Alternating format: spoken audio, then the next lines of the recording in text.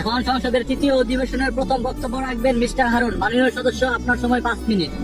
ধন্যবাদ মাননীয় স্পিকার। মাননীয় স্পিকার, আমি এটা ভেবে অনেক গর্বিত যে আমি বাংলাদেশি। প্রকৃতির এই সবুজ শ্যামলে ভরা 6 ঋতু দিয়ে গড়া সুন্দর একটি দেশ, যার নাম বাংলাদেশ।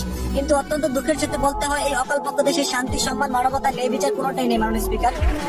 মাননীয় স্পিকার, আমরা এমন এক দেশে জন্মগ্রহণ করেছি যে দেশে আইনের চেয়েও মাদক কারবারিদের পাওয়ার বেশি। এমন এক দেশে জন্মগ্রহণ করেছি যে দেশে অন্যায়, অত্যাচার, অবিচার প্রতিনিয়ত ঘটে যাওয়ার পরেও আর কোনো প্রতিবাদ নেই। আর প্রতিবাদ করবি বা কে? যে প্রতিবাদ করে তার বেঁচে থাকার অধিকারে হারিয়ে ফেলে মাননীয় স্পিকার।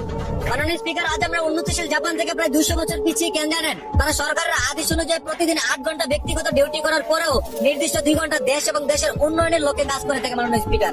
আর আমরা কাজের পাশাপাশি একে অপরের পিছনে আঙ্গুল টেকাতে ব্যস্ত থাকি, চুরি, চিন্তায়, খুন খারাপি করে নিজে বড়লোক হওয়ার চেষ্টা করি মাননীয় স্পিকার। মাননীয় স্পিকার, যে দেশের সাধারণ মানুষ বেঁচে থাকে আইনের উপর ভরসা করে, সে দেশের আইন বিক্রি হয় মোটা অঙ্কের টাকার কাছে। যে দেশের মা বোনেরা রাস্তায় হাঁটলে সম্মান নয় ধর্ষণ হয়, সে অভিশপ্ত দেশে কিভাবে আল্লাহর রহমত আসবে মাননীয় স্পিকার?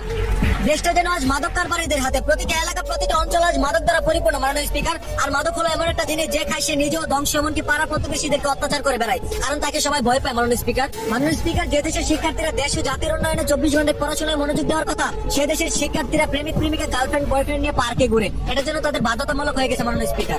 যে দেশে স্কুল ড্রেস পরে শিক্ষার্থীরা ভালোবাসার মানুষ নিয়ে পার্কে জড়িয়ে ধরে বসে থাকে, বুকরা হিজাব পরে টিকটকে নাচানাচি করে, সেই জাতি কখনো দেশের উন্নয়নের আশা করতে পারে না মাননীয় স্পিকার।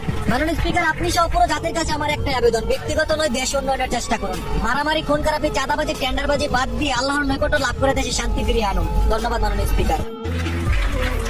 দ্বিতীয়বারের মতো সংসদে বক্তব্য রাখবেন মোহাম্মদ দুলাল। মাননীয় সদস্য, আপনার সময় 6 মিনিট।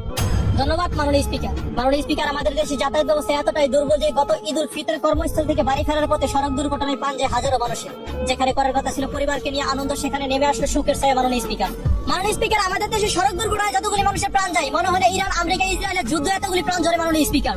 মাননীয় স্পিকার, বেপরোয়া গতি, মাদকাসক্ত ড্রাইভার, ট্রাফিকদের অনিয়মের কারণে এই সমস্ত ঘটনা ঘটে মাননীয় স্পিকার। এই ব্যাপারে দৃশ্যমান কোনো বিআরটিসি পদক্ষেপ আমরা দেখি না মাননীয় স্পিকার।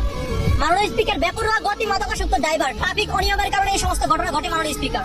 এই ব্যাপারে বিআরটিসির দৃশ্যমান কোনো পদক্ষেপ চোখে পড়ে না মাননীয় স্পিকার। মাননীয় স্পিকার, আমাদের সবার একটাই অনুরোধ, এবার ঈদ উল আজহা উপলক্ষে কর্মস্থল থেকে বাড়ি ফেরার পথে যাতায়াত ব্যবস্থার কারণে যেন কোনো মায়ের বুক খালি না হয় মাননীয় স্পিকার। ধন্যবাদ।